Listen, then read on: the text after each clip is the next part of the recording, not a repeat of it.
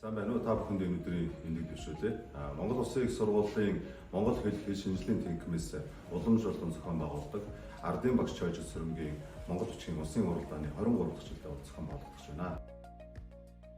Уламжлалсаар бол оюутны ангилал бол байгаа. Оюутны ангилалтаа бол мэрэгжлийн ангийн оюутан, мэрэгжлийн бус ангийн оюутны ангилал байгаа. За энэ дээр албан хаагчийн ангилал байдаг. Албан хаагчийн ангилал нь бол мэрэгжлийн ба мэрэгжлийн бус албан хаагчийн ангилал.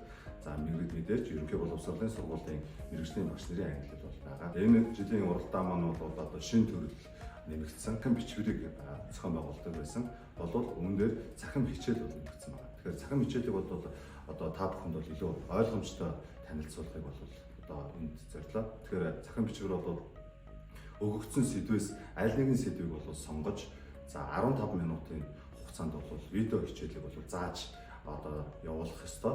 За тэгээд түнд видео хичээлийг бэлтгэж явуулахдаа одоо оюуны үндсийн зөвшөөрөлтөй дуу зураг бол ашигласан байх ёстой. За мөн одоо өргөтгөл нь бол MP4 өргөтгөлтэй байх ёстой. За бичлэгийн бол нэгтаршил нь бол 1080 Full HD нэгтаршилтайгаар бол явуулна. За үүнийг бол 4 сарын 19-ний дотор бол одоо өгөгдсөн имэйл хаягдал бол илгээн ангиснаар бол одоо Монгол Улсын их сургуулийн Монгол хэл шинжилгээний тэнхимийн албан ёсны цахим хуудасаар бол олон нийтэд цацагдана.